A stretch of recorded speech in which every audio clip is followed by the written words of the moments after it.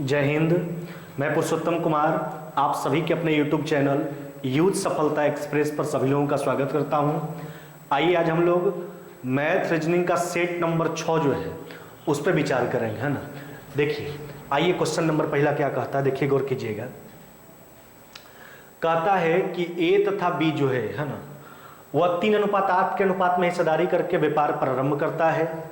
4 महीना बाद जो है, ध्यान दीजिएगा, कहता 4 महीना बाद जो है सी जो है बी के द्वारा निवेश की गई राशि का जो है 3/4 राशि निवेश करके बिजनेस में भागीदारी प्रारंभ की, है ना। वर्ष के अंत में उनका लाभ कितना हो गया, नहीं सबका लाभ पूछा गया, जबकि सी का लाभ दिया गया 24,000। अब एक बात ध्यान दीजिएगा, जहां तक पार्टनरशिप का ख्याल है, तो पार्टनरशिप में लाभ को हम बांटते कैसे हैं, तो पार्टनरशिप में हम लाभ को बांटते हैं पूंजी गुना समय के आधार पर। जो व्यक्ति जितना पूंजी का निवेश करेगा, जितना समय के लिए निवेश करेगा, वही हिसाब से लाभ दिया जाएगा। देखिए ना, अच्छा बात किसका, बात ए बी और सी का। अब देखिए गौर कीजिए, तो ए और बी जो है वह 3:8 के अनुपात में पूंजी निवेश किया, और 4 महीना बाद जो है सी जो है बी के द्वारा निवेश की गई राशि का 3/4। अच्छा बी का 3/4 देखिए ना, तो इसका 3/4 निकालिएगा, गुना कीजिएगा, कितना हो जाएगा इसका, यह हो जाएगा 3/4 कितना 6। अब सोचिए, तो ई तो शुरू से व्यापार में रहा तो 12 महीना रहा, ये भी 12 महीना रहा, और ई एक्चुअली 4 महीना बाद आया तो कितना महीना रहा, 8 महीना।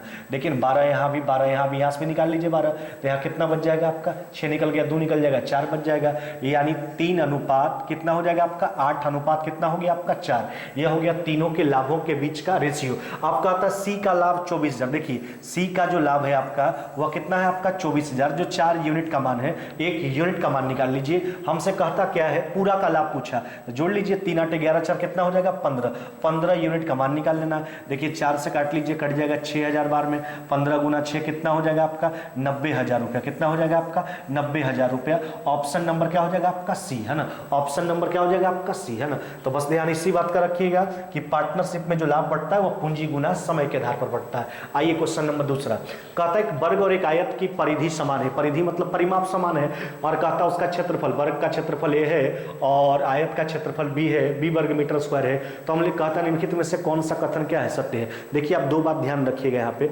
देखो अगर एक आयत और एक वर्ग का बात किया जाए, है ना, और अगर दोनों का परिमाप आपस में बराबर हो, देखिए अगर एक आयत और एक वर्ग का परिमाप अगर आपस में बराबर होगा तो क्षेत्रफल हमेशा, पहला पॉइंट, तो क्षेत्रफल हमेशा वर्ग का बड़ा होगा, है ना। जबकि अगर एक आयत और एक वर्ग का जो है क्षेत्रफल अगर आपस में बराबर है तो परिमाप हमेशा आयत का बड़ा होगा। क्या बोले कि अगर एक आयत और एक वर्ग का बात किया जाए, दोनों का परिमाप बराबर तो क्षेत्रफल हमेशा वर्ग वाला बड़ा, और अगर दोनों का क्षेत्रफल बराबर तो परिमाप हमेशा आयत वाला बड़ा। यहाँ देखिए दोनों का परिमाप बराबर है, तो हमने बोला अगर परिमाप बराबर तो क्षेत्रफल बड़ा वर्ग वाला, तो वर्ग का क्षेत्रफल ए, आयत का क्षेत्रफल बी। आपका उत्तर A is greater than B. Option number क्या हो जाएगा आपका सी, ऑप्शन नंबर क्या हो जाएगा आपका सी। चलिए आइए अगला क्वेश्चन देख लेते हैं।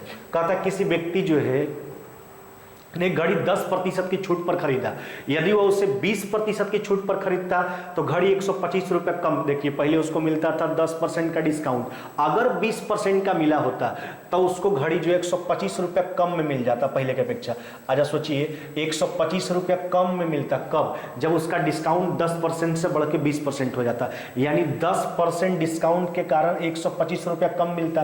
तो अंकित मूल्य पूछा, यानी 100% का मान निकालिए, डिस्काउंट तो मार्केट प्राइस पर ही दिया जाता है, यानी उस घड़ी का जो मार्केट प्राइस है वो मार्केट प्राइस कितना हो जाएगा आपका 1250, कितना हो जाएगा 1250। Option number B. चलिए आइए अगला क्वेश्चन देख लेते हैं। देखिए क्या कहता है, कहता है x अनुपात YZ, Y अनुपात ZX और Z अनुपात XY अनुपातों के व्युत्क्रम अनुपातों का मिश्र अनुपात। देखिए जहां तक व्युत्क्रम अनुपात का सवाल है, आप जानते हो किसी भी अनुपात के व्युत्क्रम से बने अनुपात को व्युत्क्रम अनुपात कहा जाता है। तो पहले इसका व्युत्क्रम अनुपात निकालेंगे और उसके बाद मिश्र अनुपात। तो मिश्र अनुपात कैसे निकालते हैं, सबके अंश को एक साथ गुना कर लेंगे, सबके हर को एक साथ गुना कर लेंगे, तो यानी सबको पहले उलट के गुना कर लीजिए। तो देखिए व्युत्क्रम अनुपात निकालिएगा तो पहला का हो जाएगा आपका YZ अब बट्टा कितना x, और मिश्र अनुपात निकालना तो गुना करना पड़ेगा सबको, और ये हो जाएगा आपका ZX बट्टा कितना हो जाएगा आपका Y, और यह हो जाएगा आपका XY बट्टा क्या हो जाएगा आपका Z। देखिए ना, तो XYZ नीचे से काट लीजिए XYZ, अब ऊपर जो है आपका बच गया XYZ और नीचे कितना बच गया आपका 1, है ना। आपका यही रेशियो आ जाएगा, XYZ अनुपात कितना हो जाएगा आपका 1, XYZ अनुपात 1, है ना। ऑप्शन नंबर हो जाएगा आपका बी, है ना। ऑप्शन नंबर आपका क्या हो जाएगा बी। तो देखिए पहले इसका व्युत्क्रम अनुपात का मिश्रानुपात, तो ये जो अनुपात दिया था उसका हमने व्युत्क्रम निकाला, उसके बाद मिश्रानुपात बोला, इन सबको गुना कर लीजिए, आपका उत्तर हो जाएगा x/z अनुपात 1, है ना। चलिए आइए अगला क्वेश्चन देख लेते हैं। कहते हैं टेप रिकॉर्डर को 1040 रुपये में बेचने पर एक व्यक्ति को 4% का लाभ होता है, यदि उसे 950 में बेचे तो कितने प्रतिशत का हानि होगा। देखिए ना, पहले आप कॉस्ट प्राइस निकाल लीजिए। देखिए अच्छा 1040 में बेचता है तो 4% का लाभ होता है, इसका मतलब खरीदा गया होगा कम में, लाभ हो रहा है, बटा 104, इसको काट लीजिए, 10 बार में कट गया, यानी कॉस्ट प्राइस कितना निकल के आ गया आपका 1000 रुपया। अब देखिए कहता अगर इसको 950 में बेचा जाए, अगर सेलिंग प्राइस 950 हो जाए, अब देखिए तो यहाँ पर हानि का प्रतिशत आपको बताना है। अब सोचिए नहीं तो यहाँ हानि जो होगा वो हानि कितना का होगा आपका 50 का, कहाँ से 1000 से, नहीं तो 50 जो है 1000 का कितना परसेंट है, चलिए काट लीजिए, आपका उत्तर कितना हो जाएगा 5%, है ना। अगर इस टेप रिकॉर्डर को जो है 950 रुपये में बेचा जाए तो वहाँ पर जो हानि का प्रतिशत होगा वो हो जाएगा 5%। ऑप्शन नंबर क्या हो जाएगा आपका ए, है ना, ऑप्शन नंबर क्या हो जाएगा आपका ए। चलिए आइए अगला क्वेश्चन देख लेते हैं। कहता किसी फन पार्क की एंट्री टिकट के मूल्य में जो है 7 अनुपात, देखिए टिकट का कीमत के मूल्य में 7:9 के अनुपात में वृद्धि हुआ है, जिसके कारण ग्राहकों की संख्या 13:11 के अनुपात में कम गया। प्रतिदिन होने वाला नया कलेक्शन कितना होगा यदि कीमत बढ़ने के पहले प्रतिदिन 2,27,500 रुपये का कलेक्शन था। देखिए बात समझिए, पहले जो टिकट का कीमत था और अभी जो टिकट का कीमत है वह बढ़ जाता है 7:9 के अनुपात में, यानी कहने का मतलब पहले एक टिकट का एंट्री कीमत था 7 यूनिट, अभी हो गया कितना 9, लेकिन अब दर्शक का संख्या, टिकट का मान जैसा ही बढ़ा, टिकट का मूल्य जैसा ही बढ़ा तो ग्राहक का संख्या क्या हुआ कम गया, और कमता कैसे 13:11 के अनुपात में। कहने का मतलब है कि पहले जो है ग्राहक था 13 यूनिट, अब घट के कितना हो गया 11। अच्छा तो पहले एक दिन का कलेक्शन कितना यूनिट था, अभी कितना ही निकालेंगे। देखिए ये पहले वाला एक टिकट का कीमत दर्शक का संख्या, तो पहले एक दिन का कलेक्शन 91 यूनिट था और अभी कितना है आपका 99। अब देखिए तो पहले वाला कलेक्शन दे रखा, कितना दे रखा 2,27,000, कितना दिया आपको 500, है ना। अब देखिए यह जो 91 यूनिट का मान है, अब हमसे कहता क्या है प्रतिदिन होने वाला नया कलेक्शन पूछा, यानी 99 यूनिट का जो है सही मान बता देना। देखिए 91 से काट लीजिए, 91 से कट जाएगा आपका, देखिए 91 से जो आपका कटेगा है ना वह कट जाएगा आपका, ये हो गया 2 और 50, है ना। चलिए 2500 बार में कट जाएगा। अब इसको गुना कर लीजिए, 99 गुना 2500, है ना, आपका उत्तर हो जाएगा 2,47,500, है ना। कितना हो जाएगा 2,47,500, उत्तर आपका कितना हो जाएगा 2,47,500। ऑप्शन नंबर क्या हो जाएगा आपका बी, है ना, आपका उत्तर क्या हो जाएगा ऑप्शन नंबर बी। क्या देखें कि पहले वाला जो इनकम था एक दिन का 91 था, अभी वाला कितना है 99, तो पहले वाला जो राशि था वह 2,27,500 था, 91 यूनिट का मान हुआ, अभी वाला पूछा 99 यूनिट का जो है सही मान बता देना है, तो 2,47,500। चलिए आइए अगला क्वेश्चन देख लेते हैं। कहता किसी वस्तु का लागत मूल्य देखिए 100 रुपया, देखिए बात समझिए, किसी वस्तु का लागत कीमत कितना है x। अब कहता क्या है इसे 200% बढ़ा के अंकित किया गया इसका कीमत। अच्छा 200% बढ़ा लीजिए ना, कितना हो जाएगा आपका 300 बटा कितना 100। अब फिर कहता इस पर 25% डिस्काउंट दिया गया, कीमत बढ़ाया फिर 25% डिस्काउंट दिया और इसको बेचा एक्चुअली कितना में 540 रुपये में जो है सो बेच देता है। हमसे x का मान पूछा गया, देखिए काट के हटा लीजिए, 3 बार में कट जाएगा, 4 बार में कट जाएगा। अब देखिए 9 से कट जाएगा आपका कितना बार में 60 बार में, है ना, तो 60 गुना 4, x बराबर कितना हो जाएगा आपका 240, कितना हो जाएगा आपका 240। ऑप्शन नंबर क्या हो जाएगा आपका डी, है ना, ऑप्शन नंबर आपका क्या हो जाएगा डी, है ना। चलिए आइए अगला क्वेश्चन देख लेते हैं। कहता ABC के दक्षताओं का अनुपात 2:5:3 है, वे तीनों मिलकर एक कार्य को 9 दिन में पूरा करते हैं, C अकेला इस कार्य का 40% कितना दिन में करेगा।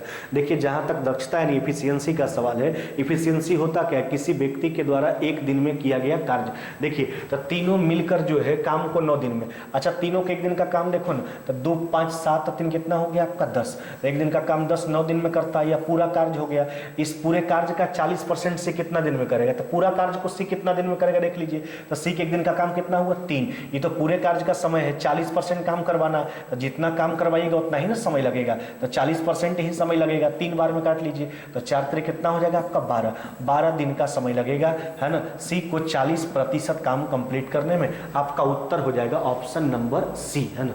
चलिए आगे बढ़ जाइए, देखिए अगला क्वेश्चन क्या कहता है। कहता 3 सेंटीमीटर त्रिज्या के 10 एक समान गोलीय गेंदों को पिघलाकर एक गोला बनाया गया, इस प्रक्रिया में 20% ठोस जो है बर्बाद हो जाते हैं। तो जो बड़ा गोला का निर्माण किया गया, उस बड़ा गोला का त्रिज्या पूछा। अच्छा देखिए, इधर भी 3 सेंटीमीटर वाला त्रिज्या वाला 10 समान गोला है, और जो बड़ा वाला पिघला के इसको बना रहे हैं, तो उधर भी गोला का ही निर्माण हो रहा है बड़ा वाला।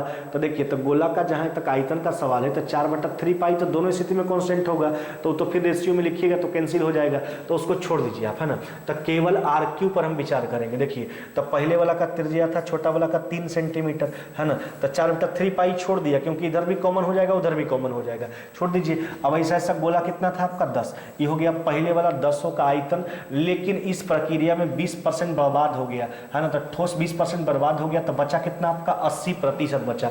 अब देखिए, इससे जो है एक बड़ा गोला का निर्माण किया गया, जिसका त्रिज्या पूछा गया, बड़ा वाला का त्रिज्या R मान लेते हैं, तो उसका हो जाएगा आयतन RQ। नहीं, 4/3 पाई नहीं लिखा गया मेरे, क्योंकि 4/3 पाई इधर भी लिखते उधर भी लिखते तो फिर कैंसिल हो जाता, है ना। चलिए, अब इसको हटा दीजिए। अब देखिए, तो ये जहाँ तक RQ का सवाल है, RQ बराबर हो गया आपका 3 का क्यूब, 8 को लिखेंगे 2 का क्यूब, नहीं, कहने का मतलब हो गया आपका 6 का क्यूब, है ना।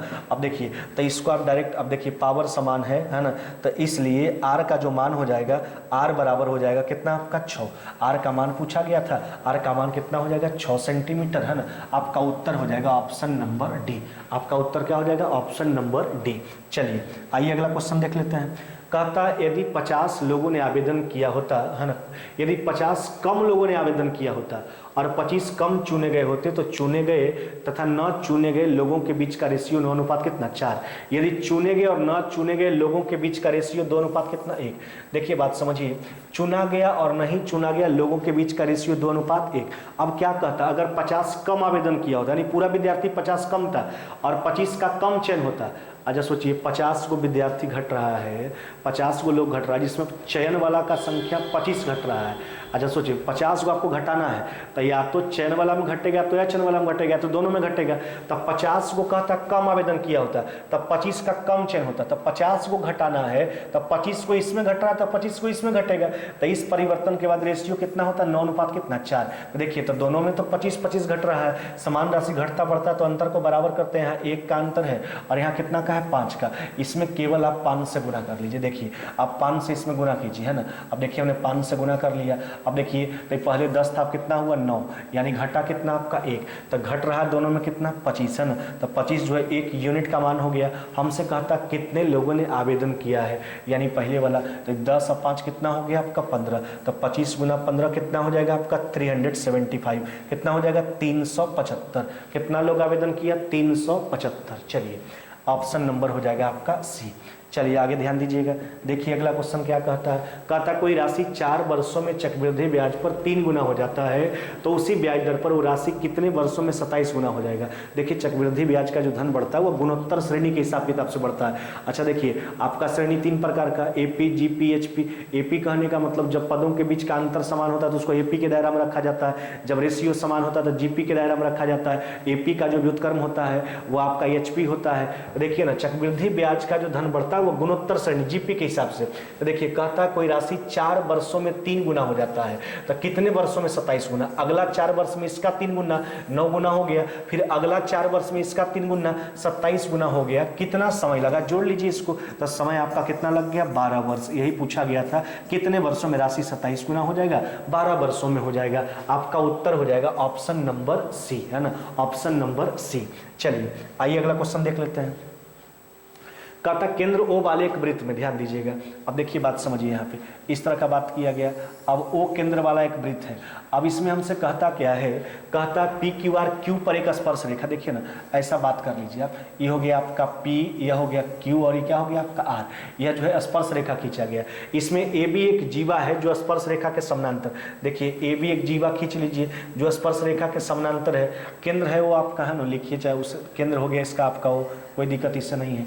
अब देखिए बात समझिए, कहता क्या है, कहता AB एक जीवा था जो स्पर्श रेखा के क्या था, समानांतर था। AB जीवा स्पर्श रेखा के समानांतर। अब कहता कोण BQR बराबर 70 डिग्री। देखिए, अब इसको आप मिला लीजिए, ठीक है। देखिए BQR, इस कोण का जो मान है आपका वह कितना है आपका 70 डिग्री हो गया। अब हमसे कहता कोण AQB का जो है कि मान पूछा गया। देखिए इसको मिला लीजिए। अब यही कोण का मान आपसे पूछा गया, इस कोण का। अच्छा देखिए ना, बात समझिएगा। आप जानते हैं एकांतर वृत्तखंड के कोण के बारे में।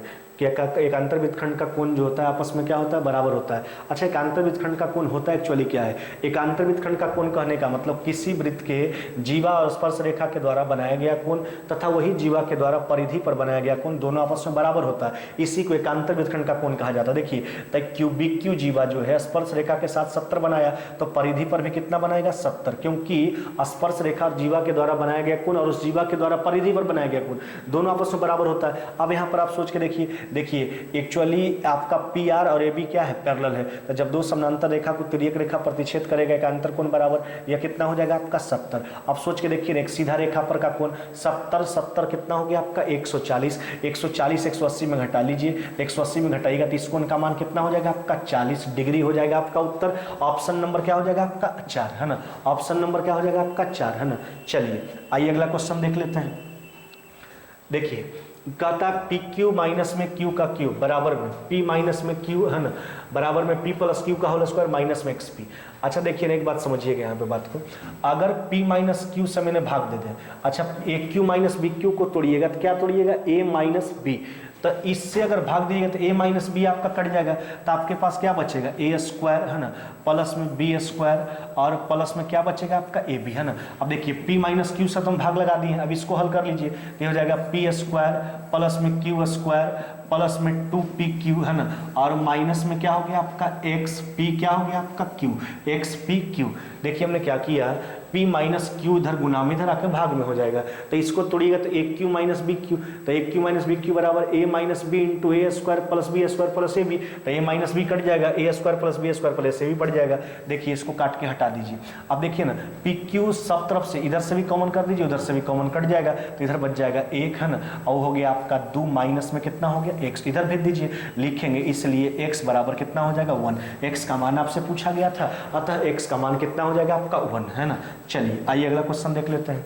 कहता धातु से बना एक बेलनाकार रोलर जो है 1 मीटर लंबा है। देखिए रोलर का लंबाई 1 मीटर, उसका आंतरिक त्रिज्या 27 सेंटीमीटर और धातु के सीट का मोटाई जो है वो 9 सेंटीमीटर है। रोलर का वजन कितना है, यदि 1 सेंटीमीटर क्यूब धातु का वजन जो है 8 ग्राम है। अब देखिए ना कहने का मतलब आंतरिक त्रिज्या का बात किया गया, सीट का मोटाई यानी खोखला बेलन का बात किया गया, तो हम सबसे पहले उसका आयतन निकाल लेते हैं। देखिए अच्छा खोखला बेलन का जहां तक आयतन का सवाल, आयतन होता क्या पाई एच, है ना, 1 मीटर, तो उसको सेंटीमीटर में क्या लिखिएगा 100 इंटू कैपिटल आर स्क्वायर। अब देखिए बात समझिए, कैपिटल आर स्क्वायर, है ना, तो बड़ा वाला त्रिज्या सोचिए, आंतरिक त्रिज्या हो गया 27 और सीट का मोटाई 9, तो बाह्य त्रिज्या 27 प्लस में 9 कितना हो जाएगा आपका 36, तो हो जाएगा 36 का स्क्वायर, अब माइनस में कितना हो जाएगा आपका 27 का स्क्वायर, है ना। देखिए तो ये पाई, है ना, H into capital R square minus में स्मॉल आर स्क्वायर, इसका आयतन निकल के आ गया, त्रिज्या सेंटीमीटर में दिया गया था और इसका लंबाई जो था यानी ऊंचाई जो था 1 मीटर था, है ना।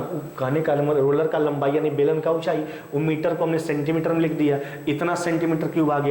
1 सेंटीमीटर क्यूब का भार कितना है आपका 8 ग्राम, तो 8 से गुना कर लीजिए। अब उसको किलोग्राम में कन्वर्ट करना है तो 1000 से भाग लगा देंगे। देखिए 2 शून्य से 2 शून्य कट जाएगा।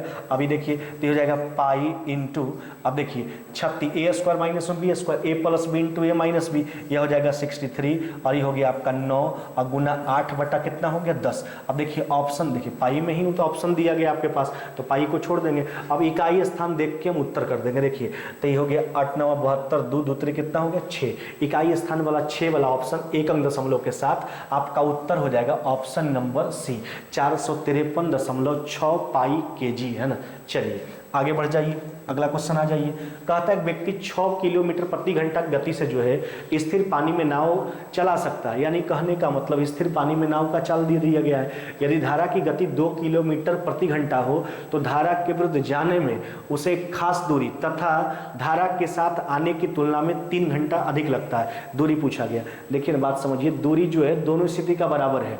अब देखिए कहता ये है कि धारा के साथ जाने में जो है धारा के विपरीत आने की अपेक्षा जो है, देखिए यहाँ पर बोला है, कहता धारा के विरुद्ध जाने में, जाता जब धारा के विरुद्ध है तो साथ लौटने की अपेक्षा 3 घंटा ज़्यादा लगता है। अब देखिए ना, तो धारा के साथ और धारा के विपरीत दोनों स्थिति में आप समय निकाल लीजिए। देखिए जाता धारा के विपरीत तो चाल घटेगा, सांजल में नाव का चाल माइनस में धारा का चाल, तो 6 में से 2 गया कितना हो गया आपका 4, है ना। और जबकि लौटेगा धारा के साथ तो चाल जुटेगा 6 2 कितना हो गया 8। अब देखिए समय में डिफरेंस कितना घंटा का 3 घंटा घंटा का, तो इसको जानने में 3 घंटा ज़्यादा लगता है क्योंकि जाता है धारा के विपरीत। चलिए इसका लॉसा कितना हो गया आपका 8 है ना, तो 2 में से 1 चला गया तो 2x में से x चला जाएगा, x बराबर हो जाएगा 8 तरह कितना हो जाएगा आपका 24 किलोमीटर। यही आपसे पूछा गया था, है ना, पूछा क्या गया था कि वह दूरी कितना है, दूरी हो जाएगा आपका 24 किलोमीटर। ऑप्शन नंबर हो जाएगा आपका बी, है ना।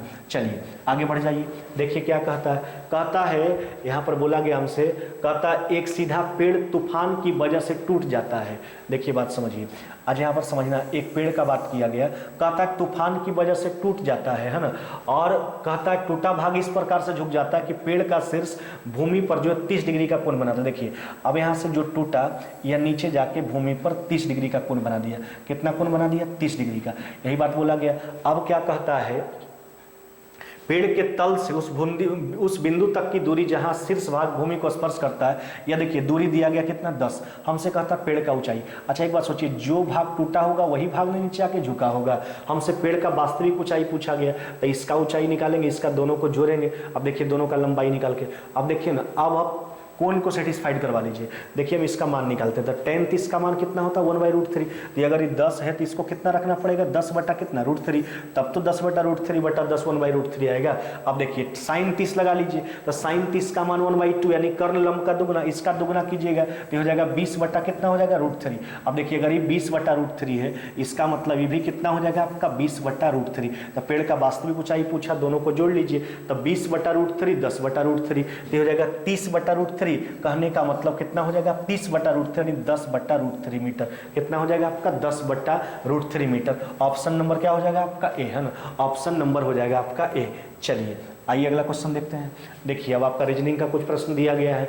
निम्नलिखित में से 4 जो है, देखिए बात समझिए, कहता है कि निम्नलिखित में से 4 जो है, कहता है 4 अक्षर जो है वह कहता है 4 अक्षर समूहों में से 3 अक्षर, है ना, 4 अक्षर के समूहों में से 3 अक्षर समूह किसी प्रकार से एक समान है और एक असमान है। असमान अक्षर समूह के देखिए, तो 4 अक्षर समूह दिया गया, उसमें 3 जो एक जैसा, एक जो अलग है। अब देखिए यहाँ पर समझिए, अच्छा Q का 17 या 19, तब पहले जो है 2 जोड़ा है। अब उसके बाद देखिए इस आपका 19 और 7 26 है ना, तो फिर आपका 7 जोड़ा, इसमें तो ही रिलेशन है। अगला देख लीजिए K का स्थान हो गया आपका 11, है ना, M का हो गया 13, पहले 2 जोड़ा और ये हो गया 13 और 7 20। यहाँ पर भी वही बात है, 2 जोड़ा 7 जोड़ा, लेकिन देखिए O और O ये तो आपका 0 का परिवर्तन ही अलग दिख रहा है आपका, है ना, सब में पहले 2 जोड़ा फिर 7 जोड़ा, लेकिन इसमें तो कुछ नहीं बढ़ रहा है, पहले भी वो था फिर वो था, है ना। अब देखिए यहाँ पर देख लीजिए F का स्थान हो गया 6H का 8, यहाँ पर भी 2 जोड़ा 8 7 15, फिर आपका यहाँ पर फिर कितना जोड़ा गया 7 जोड़ा गया। तो सब में वही बात किया गया, पहले 2 जोड़ा फिर 7 जोड़ा, लेकिन ऑप्शन नंबर सी में इस नियम का पालन नहीं हो रहा है। चलिए आगे देख लीजिए, कहता एक ही पासा का 3 विभिन्न स्थिति को दर्शाया गया है, संख्या 4 के विपरीत फलक पर कौन सा होगा, कौन सा संख्या होगा। देखिए हम दूसरा तीसरा डायग्राम को लेते हैं। अच्छा दोनों में कॉमन ढूंढ लीजिए, कॉमन आपका क्या है 1, है ना, देखिए 1 कॉमन है, जहां कॉमन होता है वहां से क्लॉकवाइज घूमते हैं। 1 4 कितना घूमेंगे 6, उसमें घुर जाइए, 1 5 कितना हो जाएगा आपका 2, नहीं, अब दोनों से हमने क्लॉकवाइज घूम गया, 1 4 कितना 6, 1 5 कितना हो गया आपका 2। हमसे कहता है 4 के अपोजिट पूछा गया, देखिए ना, तो 4 के विपरीत आपका क्या हो जाएगा 5, 4 के विपरीत हो जाएगा आपका 5। ऑप्शन नंबर आपका क्या हो जाएगा डी, है ना। चलिए आगे देख लीजिए, कहता P पिता है Q का, ध्यान दीजिएगा, देखिए कहता P जो है वह पिता है किसका, Q का, है ना, तथा देखिए कहता R पुत्र है S का, भी तो R और S का चर्चा नहीं है।